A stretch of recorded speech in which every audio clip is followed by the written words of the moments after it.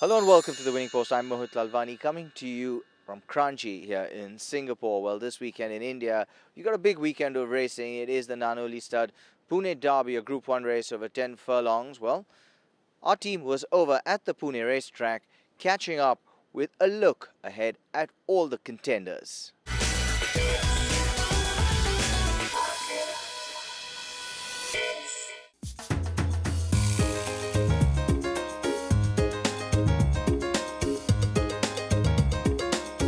The crowning moment of a new 3-year-old champion will be the key moment of the Pune racing season. The running of the 30th Pune Derby will mark the 18th year of association with the Nanoli Stud Farm as sponsors of the premier event. On the 13th of October, the Nanoli Pune Derby will coronate a new juvenile star who stands to earn impressive stakes of around 7 million rupees, along with an attractive trophy and the prestige that comes with it. This year, the race looks wide open as the contenders line up for the 2000-meter trip. The ones that stake higher claims than the others make for an exciting proposition to assess the recent performances leading up to the big race. Number 1 on the card is Bombardier. He has 2 solid victories to show this season.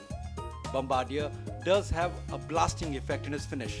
He comes from way behind and gathers steam midway in the straight and then gives it all. The mile and quarter trip should suit his style of running, and Bombardier ought to be involved in the finish. Trader Malesh Daridu is optimistic on his chances.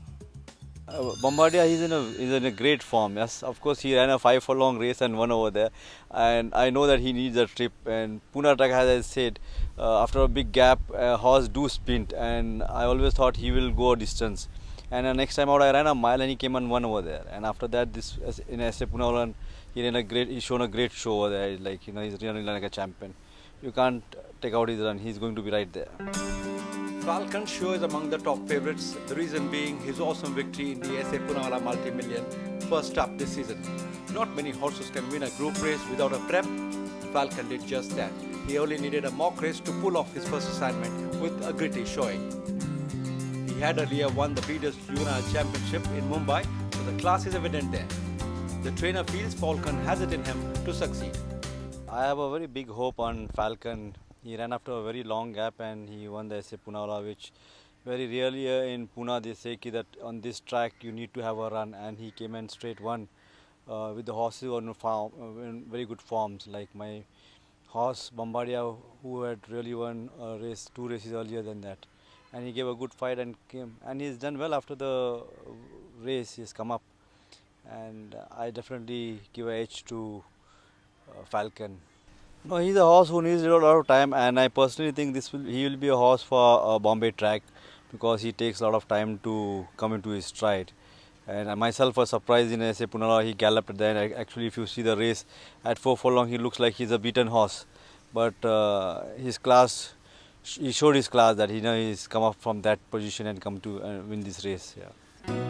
Next up, we look at Jeremiah, who's fresh from his conquest at Hyderabad, winning the Deccan Derby, and he looks fresh and ready to renew his battle. He surely has peaked well and will be among the prime fancies. Towards the fence, but it's all going to be Jeremiah. With Sharwan astride, Jeremiah pulling it away for Sharaf. The Vijay Textile Deccan Derby is for Jeremiah. Majestic Reward is probably the one with high credentials. His last start victory shows that he has depth in talent and ability to do well over the longer trips. He is the only one in the fray besides Jeremiah to have won over the mile and a quarter trip, beating a Class 2 set over the distance. He is on his way up, says trainer Imtiaz A. Seth. Majestic Reward has got good form. He's won 4 out of 3 or 4 starts, and he's done the trip very well. I think he needs a lot of respect in the race. He's on the incline, so I'm not worried about what he beat. Majestic Reward stays well, he should run a better race. Trance is one of the 2 fillies in the fray and could be the dark one. She has just a solitary victory to show over the 6 furlong sprint, but has the necessary experience, having finished on the frame in group races. She comes from way off the pace and has a steady finishing style.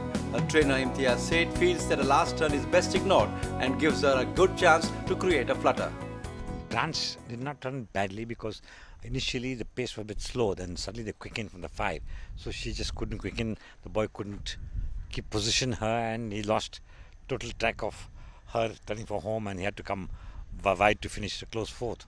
Her mother won the Pune Derby for me, Goblin, so I think distance shouldn't be a problem. I think she should give a better account or a trip. The Ministerian has picked up in form of late, and his last couple of runs have been noteworthy. He's a big boy size-wise and has a victory under his belt recently over a mile. He too relishes running off the pace and making a fiery fast finish in the end. He would be the rank outsider among some better achievers in the fray, but if there's anyone who could pull off a surprise, the Ministerial just fits the bill. Circle of Life is getting into the groove, and a lot is expected from this Triomphe-trained filly. Although she returned blank in Mumbai from 2 starts, Circle of Life produced an impressive run to notch up her maiden success early in Pune. She has been rested well since, and Triomphe gave her a mock race to limber up before the big assignment. Her owner, Mr. Khushru Boy, is upbeat on her prospects. Well, it's Circle of Life and she runs, and I thought her last win was very impressive. She's got, she's run against some very good horses. Also, unfortunately, she had a bit of a problem in her throat, which has obviously been rectified. And she looks to be a star in the making, I hope. Well, and there you go, a top number of contenders this year in the Nanoli Stud Pune Derby. We will bring you that result here on the winning post in a week's time. We'll take a short break, come right back. We've got a lot of international racing ahead for you, including a look at the Prix de l'Arc de Triomphe. Don't go anywhere.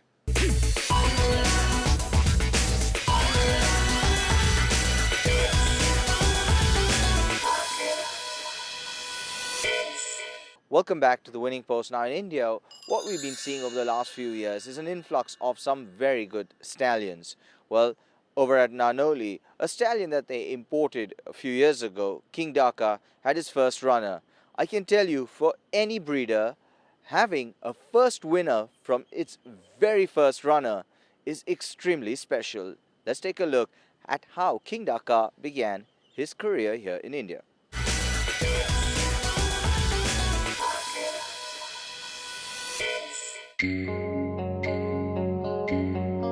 The Nanoli Stud Farm is today symbolic of the changing landscape of breeding thoroughbreds in India, of an industry where performed stallions with impressive pedigrees are the norm and no longer the exception. Located on the outskirts of Pune is the stud farm that has been a game changer in its vision and execution, a byproduct sometimes of taking the road less travelled. While most of the Indian breeding industry looks to the Northern Hemisphere for its stallions, Dhanji Boy cast his eyes on Australia, no less a racing centre than any in the world, to buy his next stallion, Kingda Ka. The Melbourne Cup is one of the most important races in the world, and the more recent exploits of Black Caviar, the Australian champion, set the imagination of the racing world alight. She's going to set a new Group 1 record in Australia. She's truly in a league of her own. Black Caviar racing away from Epaulet. Black Caviar doesn't let us down. Beat Epaulet.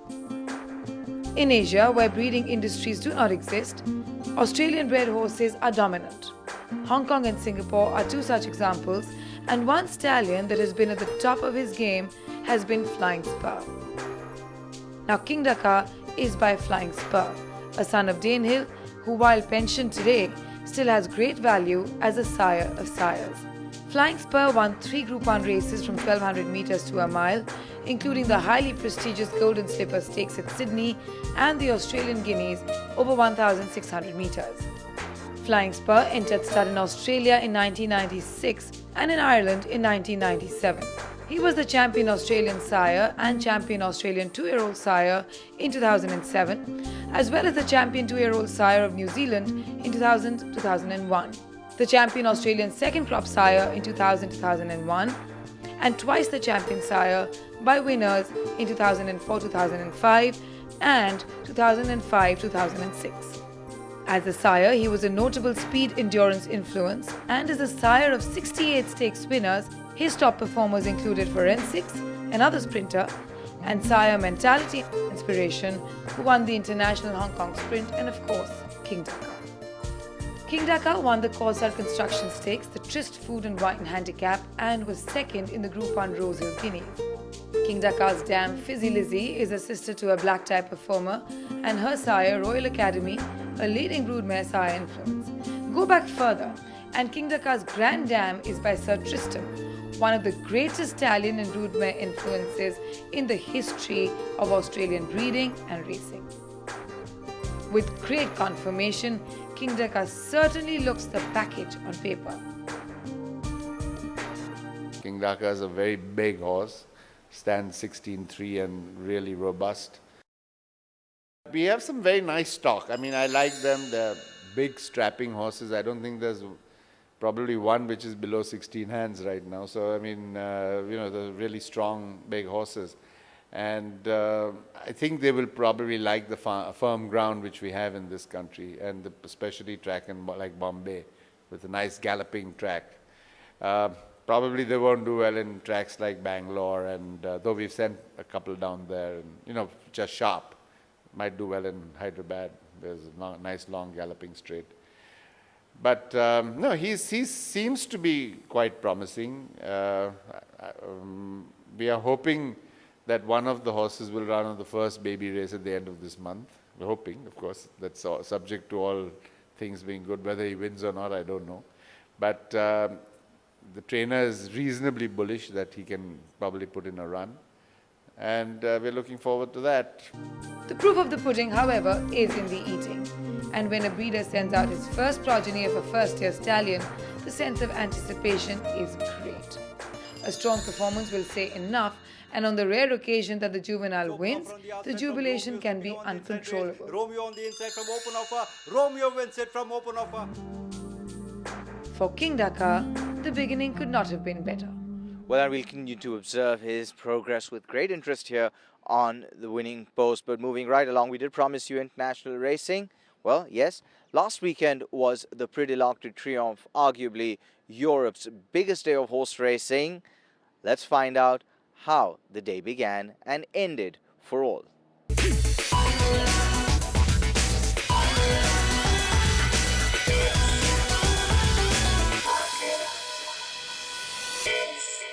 Welcome back to the winning post, and as promised, it's time now for our biggest race. Yes, it is the Prix de Triomphe. Enjoy this one.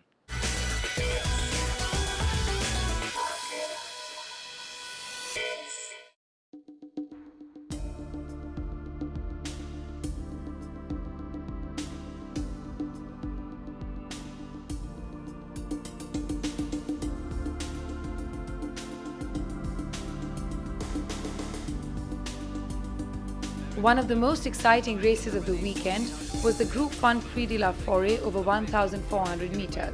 For India, the race held great interest with the entry of the in-form Group 1 performer Gordon Lord Byron, who races in Dr. Saris Poonawala's silks. This created snapshot moments in Paris with a huge Indian contingent that had turned out in support.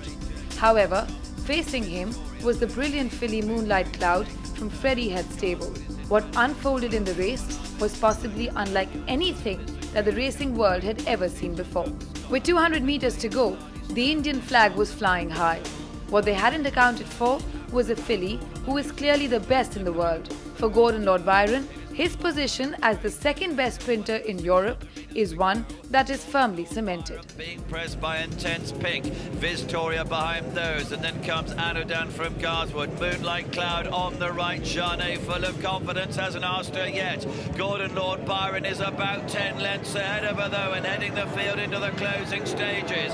Victoria in second, Anodan is weakening. Moonlight Cloud, here she comes down the centre, the white jacket. Garswood on the rails, the red colours is coming. Look at the acceleration from Moonlight Cloud. She's burst down the centre of the track. Jeanne today won't be beaten. Moonlight Cloud, she's romped away with this. Gordon Lord Byron in a brave run might have held second position from Garswood and Doug Scholar, but there was no doubt what an amazing turn of foot she showed. She's come from last. The Prix de Triomph's 2013 renewal on Sunday the 6th of October at the Longchamp Racecourse in Paris attracted a field of 17 horses into the parade ring for a chance to be counted amongst the best horses in the world. The field included the cricket Hedmark-trained filly Trev, who was coming into the contest holding a lot of promise on the back of an unbeaten record of 3 wins from his many starts.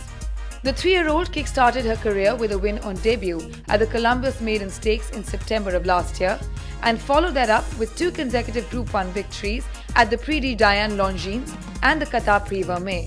Thierry Janet, who replaced an injured Frankie Dettori, was on board. However, it was the Japanese-bred Yasutoshi Iki-trained Ofava who enjoyed the maximum support from the markets. He was coming into the contest after winning the Group 2 Qatar Prix Foy on the 15th of September for the second time consecutively.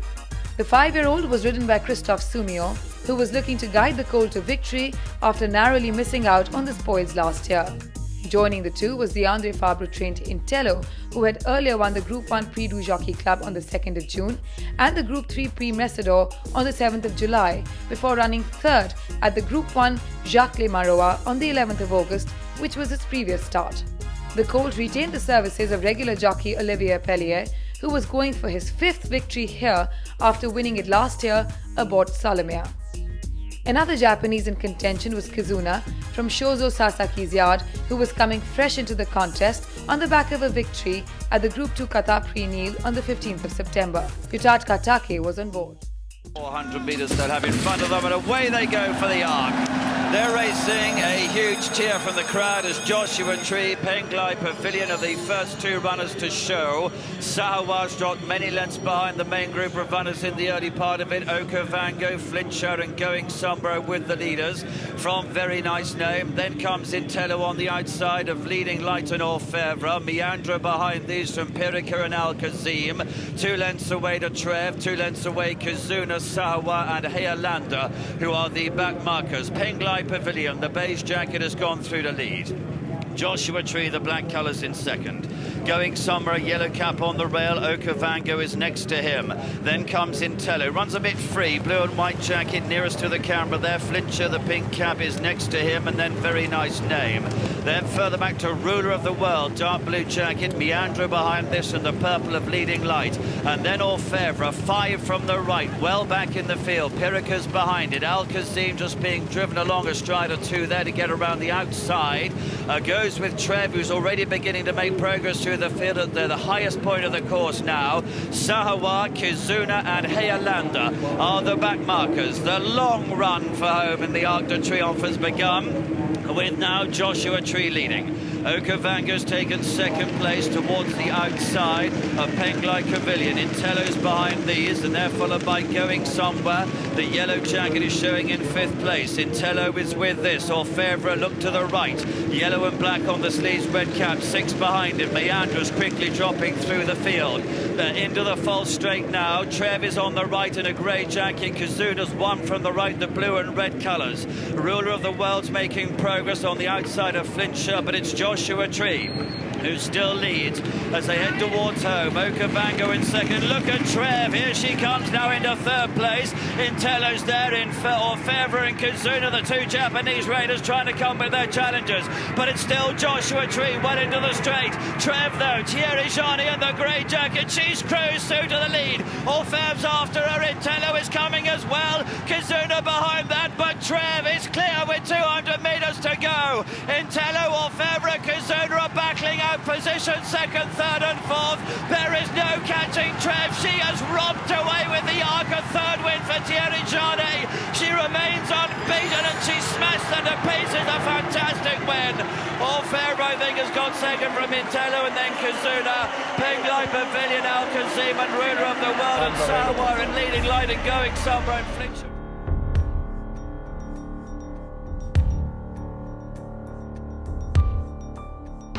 Trev continued her unbeaten run as she crossed the winning post 5 lengths clear of the favourite Ofava, who finished runner-up for the 2nd successive year, with Intello rounding it up at 3rd. Trev is the daughter of 2005 Epsom Derby winner Motivator from Trevis and has taken her earnings to over €3.5 million with this win. Well, a tremendous performance there from 2 top quality sprinters. That's all we have on this episode of The Winning Post. As always, thanks for joining us. Do remember to follow us on Twitter at Mohit Lalvani, as well as catch this episode if you missed some of it at our YouTube channel, www.youtube.com/winningpostracing. We are also on Facebook at Winning Post Racing. Till I see you in a week's time, goodbye, thank you. May the horse be with you.